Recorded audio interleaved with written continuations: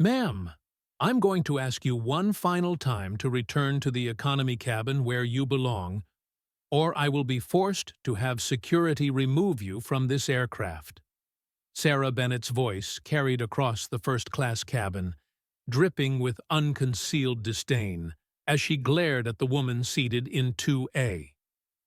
If you believe in justice and standing up against discrimination, make sure to subscribe for more powerful stories like this one. Every like and share helps spread awareness about the importance of treating everyone with dignity and respect. The refined interior of the Airbus A380's premium cabin gleamed under soft LED lighting, a testament to the airline's commitment to luxury travel. Italian leather seats in cream and mahogany stretched in perfectly aligned rows, while crystal glasses tinkled gently from the pre-flight champagne service. The air was perfumed with the subtle scent of fresh flowers arranged in the front gallery, mixing with the aroma of freshly brewed coffee. Through the vast windows, the late afternoon sun cast a golden glow across the cabin, highlighting the meticulous attention to detail in every fixture and fitting.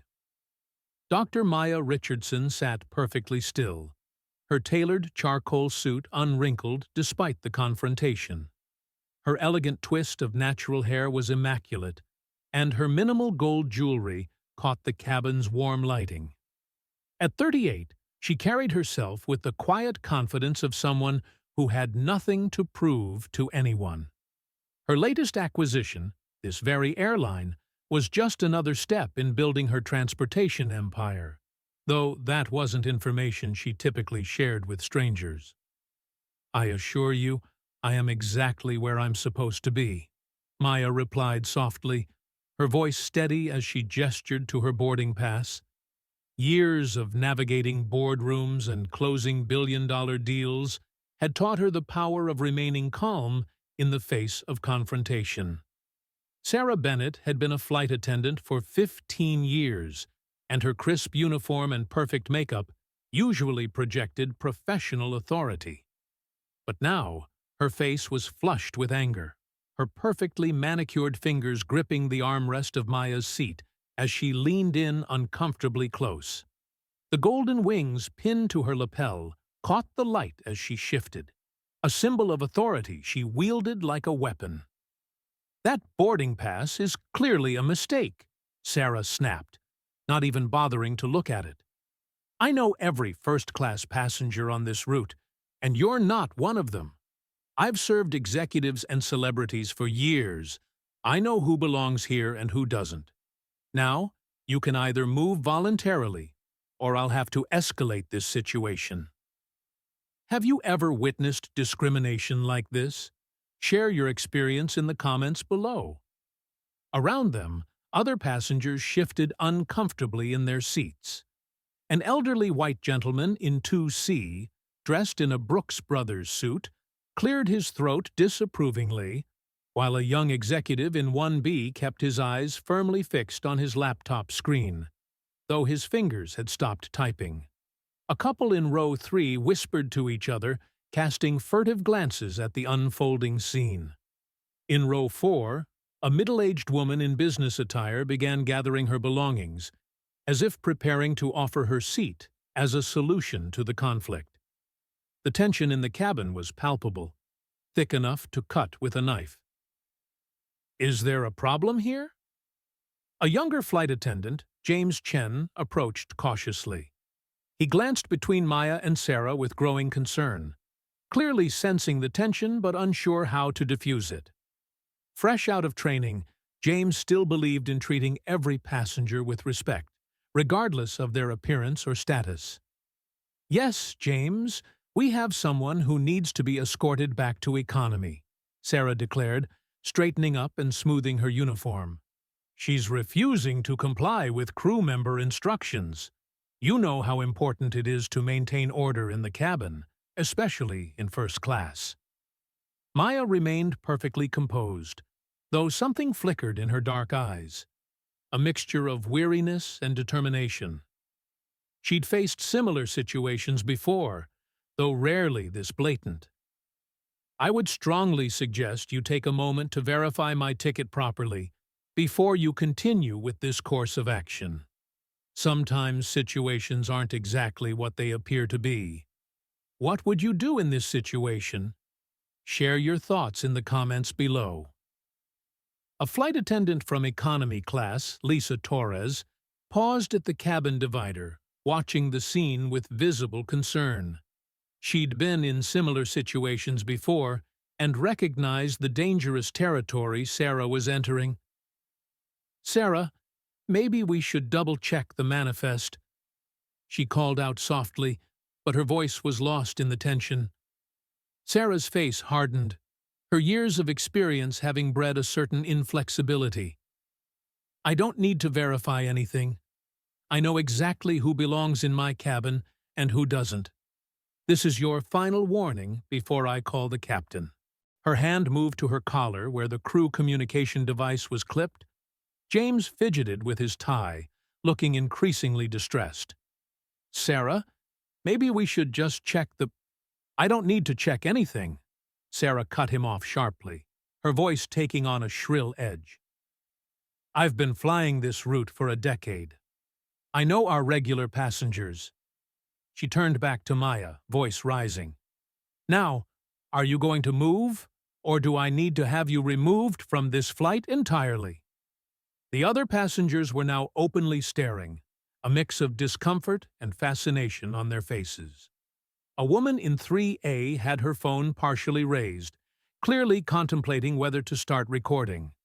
The cabin had gone completely silent, save for the gentle hum of the aircraft's systems. Maya took a slow, deliberate breath, her fingers resting lightly on her laptop case, a handcrafted Italian leather piece that probably cost more than Sarah's monthly salary. "Ms. Bennett, may I call you Sarah? I want to be very clear about what's happening right now. You haven't checked my ticket. You haven't verified my seat assignment. You've made assumptions based solely on my appearance, and you're now threatening to have me removed from a flight where I am a legitimate passenger. Are you absolutely certain you want to continue down this path? Like this story so far? Hit that like button and subscribe for more powerful moments of justice being served." The elderly gentleman in 2C finally spoke up, his voice carrying the weight of authority. "Young lady," he addressed Sarah, "I believe you're making a serious mistake here. Perhaps it would be wise to verify the passenger's credentials before this situation escalates further." Sarah's lips pressed into a thin line as she surveyed the cabin. She could feel control of the situation slipping away, but pride and prejudice had too strong a hold. She reached for her cabin phone, finger hovering over the button to call the cockpit. "That's it. I'm done playing games. Captain Rogers will sort this out right now." Maya's expression remained neutral, but there was a slight upturn at the corner of her mouth, the kind of smile that had preceded the fall of many who had underestimated her. She opened her laptop case with deliberate slowness, retrieving not just her boarding pass, but a small folder with the airline's logo embossed in gold. "Remember to share this story if you believe in fighting discrimination and standing up for what's right. Together, we can make a difference, one story at a time." Maya's expression remained neutral, but there was a slight upturn at the corner of her mouth, the kind of smile that had preceded the fall of many who had underestimated her. She opened her laptop case with deliberate slowness, retrieving not just her boarding pass, but a small folder with the airline's logo embossed in gold. Sarah's finger pressed the cockpit call button with triumphant force. "Captain Rogers, this is Sarah Bennett in first class. We have a situation that requires your immediate attention." Her voice carried that special tone of authority that comes from years of believing one can never be wrong. While they waited for the captain's response, the tension in the cabin thickened. James, the younger flight attendant, had retreated to the galley but kept watching with visible anxiety. Lisa Torres, the economy cabin attendant, had moved closer, her expression a mixture of concern and embarrassment for her colleague's behavior. Have you ever witnessed someone abuse their authority like this? Share your experience in the comments below. The businessman in 1B finally closed his laptop and turned around. "This is ridiculous," he muttered, loud enough for others to hear. "It's 2025, for heaven's sake." Several other passengers nodded in agreement, while the woman with the phone had now openly started recording. Sarah noticed the recording and her face flushed deeper. "Ma'am, I need to remind you that recording crew members is against airline policy." "Actually," Maya spoke up, her voice carrying the quiet authority of someone who wrote policy rather than merely enforced it, "recording is permitted when there's a legitimate concern about passenger safety or discrimination. Section 47.3 of the airline's current passenger rights guidelines, updated last quarter." She paused, allowing a small smile. "I should know." Before Sarah could respond, Captain Rogers' voice crackled over the cabin intercom. "First class, this is your captain. I'm sending my first officer down to assist with the situation." Sarah straightened her uniform, a look of smug satisfaction crossing her face. "Finally, we'll get this sorted out properly." The next few minutes passed in tense silence. Maya had placed the golden folder on her lap, but hadn't opened it yet. She appeared to be typing something on her phone, her fingers moving swiftly across the screen. What do you think is in that golden folder? Leave your guesses in the comments.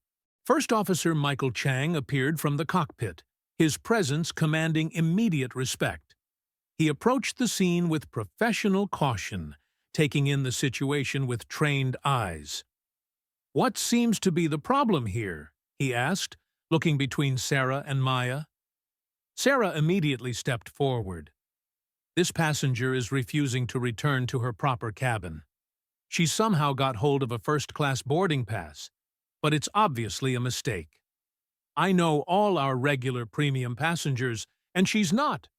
"She's causing a disruption," Maya interrupted calmly, "by refusing to verify my ticket and making assumptions about where I belong based on my appearance." She held out both her boarding pass and the golden folder. "Perhaps you'd like to review my credentials, First Officer Chang?" Michael reached for the documents, but Sarah intercepted, snatching them from Maya's hand. "Let me show you what she's trying to pull here," she said, flipping open the folder. The color drained from Sarah's face as she stared at the contents. Her hands began to tremble slightly, and the folder nearly slipped from her grasp. First Officer Chang gently took the folder from Sarah's shaking hands. His eyes widened as he reviewed its contents, then looked at Maya with new understanding. "Ms. Bennett," he said carefully, "I believe you've made a very serious error in judgment." Sarah's voice had lost its previous authority. But that can't be right. There must be some mistake." Maya stood slowly, smoothing her suit jacket. "No mistake, Ms. Bennett. Though you seem to have made several of them in the past 15 minutes alone." She turned to address the other passengers. "I apologize for the disruption to your flight. This isn't exactly how I planned to introduce myself to the crew." The elderly gentleman in 2C had put on his reading glasses and was leaning forward with interest. The recording passenger's phone was still raised, capturing every moment of what was clearly about to become a viral sensation. "Sarah," First Officer Chang said quietly, "I strongly suggest you apologize to Dr. Richardson immediately." But Sarah's pride hadn't quite finished digging its own grave. "Doctor? Of what? And why should I—" "Dr. Maya Richardson," Chang continued, his voice carrying clearly through the cabin.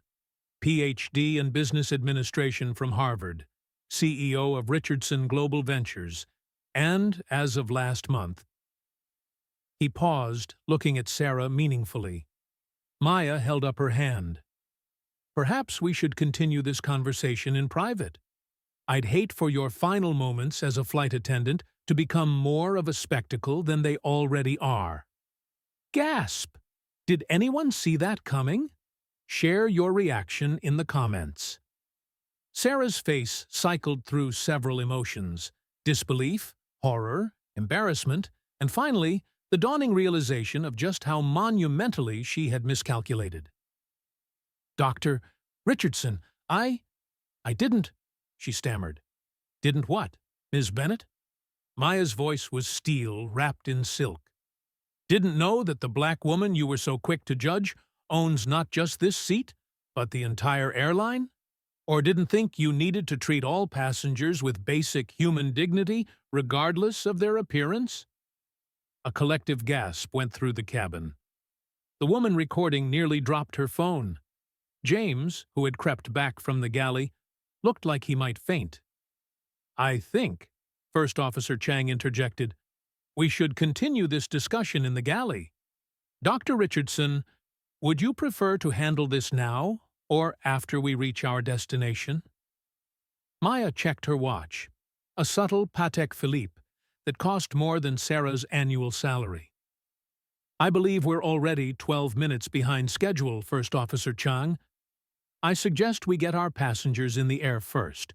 Ms. Bennett can spend the flight preparing her formal explanation for HR about why she chose to harass the airline's owner rather than simply checking a boarding pass. Like and share, if you believe in karma. Sarah stood frozen, her career flashing before her eyes. The manual she'd ignored, the sensitivity training she'd dismissed, the complaints she'd probably accumulated, all of it coming back to haunt her in the most spectacular way possible. Should I return to my duties? She asked weakly. Maya's reply was cold and professional. I think you've done quite enough for one flight, Ms. Bennett. First Officer Chang, please escort Ms. Bennett to the crew rest area. I'll have my team waiting at our destination to conduct a formal review of her service record. She turned to James and Lisa. I trust you two can handle the cabin service for the remainder of the flight? Both nodding eagerly, James and Lisa sprung into action, while First Officer Chang led a shell-shocked Sarah toward the back of the plane. The other passengers tried to hide their satisfaction, but several couldn't suppress their smiles. Maya returned to her seat, opening her laptop with the same composure she'd shown throughout the entire confrontation. The elderly gentleman in 2C leaned over. Beautifully handled, my dear, he said quietly. I serve on several corporate boards myself, and I must say, that was a masterclass in poise under pressure. Maya smiled graciously. Thank you. Though I must admit, this isn't quite how I planned to conduct my first undercover customer service evaluation of our premium cabin experience. The gentleman chuckled. I dare say you got quite an authentic experience.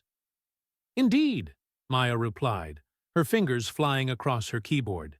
And now, if you'll excuse me, I need to draft a company-wide memo about our new anti-discrimination training program.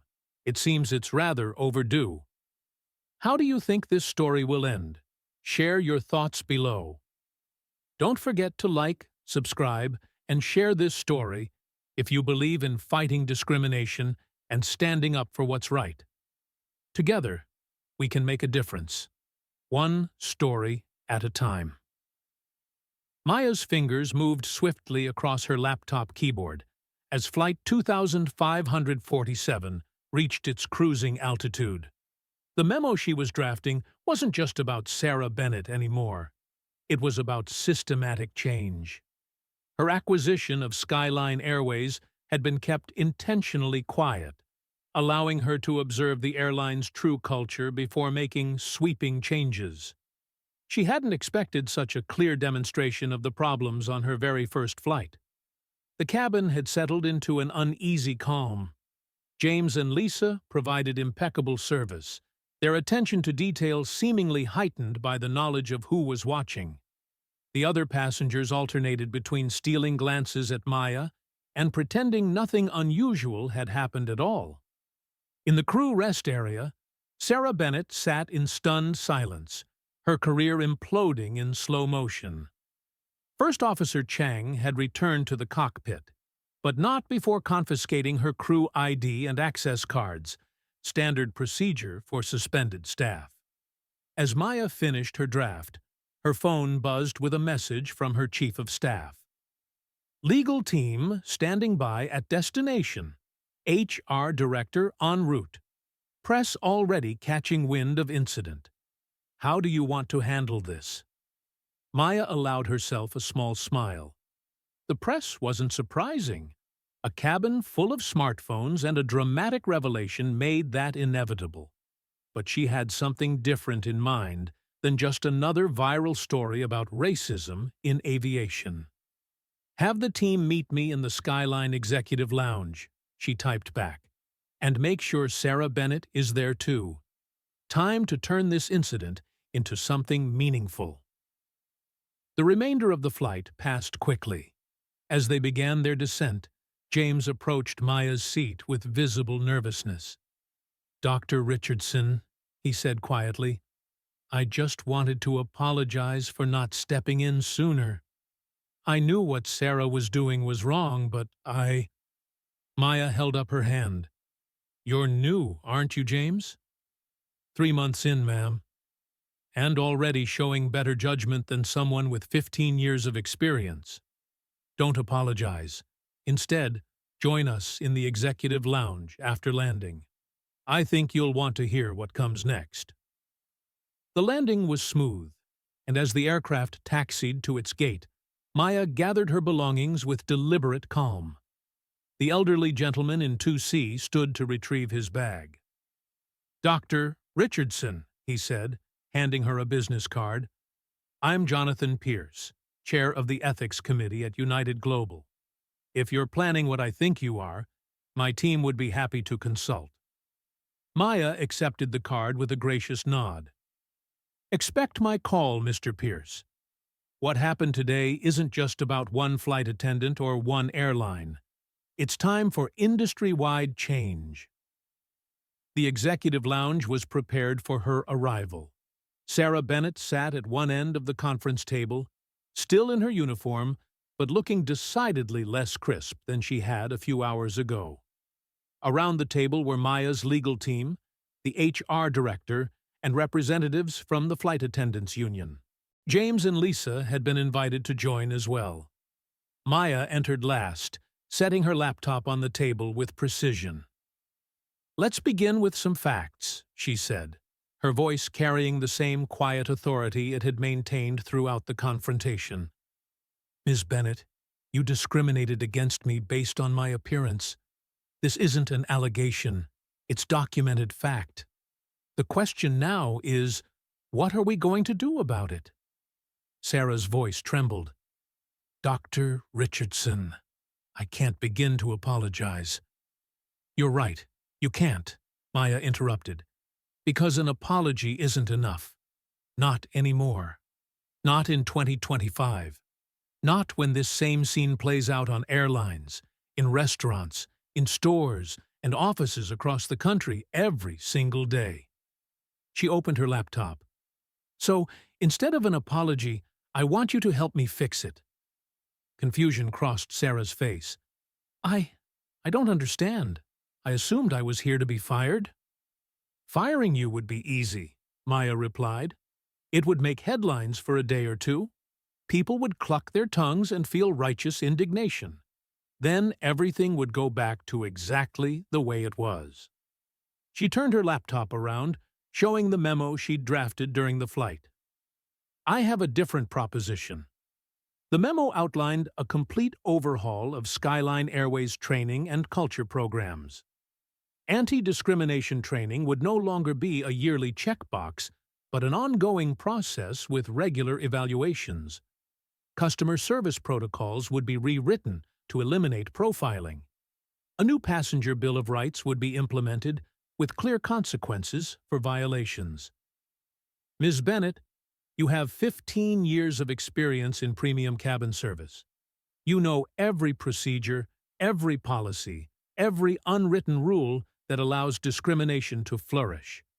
I want you to help dismantle that system. Sarah stared at Maya in disbelief. You want me to help? Under supervision, and after completing an extensive rehabilitation program yourself, Maya clarified. You'll work with our training team to identify where and how bias enters our service model. You'll help develop new protocols that ensure every passenger is treated with equal dignity. Your choice is simple: be part of the solution or be tomorrow's cautionary tale. The HR director leaned forward. Dr. Richardson, are you sure this is wise? Wisdom isn't always about doing the expected thing, Maya replied. Sometimes it's about finding opportunities for transformation in our darkest moments. She turned back to Sarah. So, Ms. Bennett, what will it be? Are you ready to learn and help others learn? Or should we proceed with termination? Sarah's hands stopped shaking for the first time since the revelation. I want to help. I need to help. What happened today, what I did today, I can't just apologize and move on. I need to make it right. Maya nodded. James, Lisa, are you willing to work with Ms. Bennett on this project? Your perspectives will be valuable. Both nodded eagerly. James spoke up. This is exactly why I joined aviation. To make a difference. Excellent. Maya turned to her legal team. Draft the necessary agreements. Ms. Bennett will be suspended with partial pay during her rehabilitation program. Upon successful completion, she'll join the training development team. She addressed the union representative next. I want this program to become part of our standard contract. No more optional sensitivity training. The next hour was spent outlining the details of what would become known as the Skyline Initiative, a comprehensive approach to eliminating discrimination in aviation services. Jonathan Pierce's card sat on the table, a reminder that this could extend beyond just one airline. 3 months later, Maya sat in the same first-class cabin, this time openly as the airline's owner. Sarah Bennett was there too, not serving drinks, but conducting a training session with a new crew. The change in her was remarkable. Gone was the arrogant superiority, replaced by genuine humility and determination. Let me tell you about the day I almost threw away everything I'd worked for, Sarah began, addressing the group of trainees. More importantly, let me tell you about the day I learned that true service means seeing the dignity in every single person who steps onto this aircraft. Maya smiled as she listened. The Skyline Initiative had already sparked interest across the industry. 4 major airlines had adopted similar programs, and Jonathan Pierce's ethics committee was helping develop international standards for anti-discrimination training. Opening her laptop, Maya began reviewing the latest data. Complaint rates down 60%, employee satisfaction up 45%, and most importantly, a cultural shift that was beginning to show in every aspect of the airline's operations. Her phone buzzed with a message from Sarah. Would you consider speaking at next week's training session? Your story, our story, is making a real difference. Maya typed back a quick yes before returning to her work. On her screen was the draft of her upcoming speech for the International Aviation Conference. The title read, Beyond Apologies, How One Moment of Discrimination Transformed an Industry. Sometimes, she reflected, the most powerful changes come from our worst mistakes. And sometimes, true justice isn't about punishment, it's about transformation. The elderly gentleman from that first flight, Jonathan Pierce, had said it best at their last board meeting. In an age where everyone's first instinct is to shame and punish, You chose to transform. That's not just good leadership, that's wisdom. Maya glanced out the window as the plane reached cruising altitude. Below, the world stretched out vast and full of possibility. She thought about all the other Sarah Bennetts out there, all the opportunities for change waiting to happen.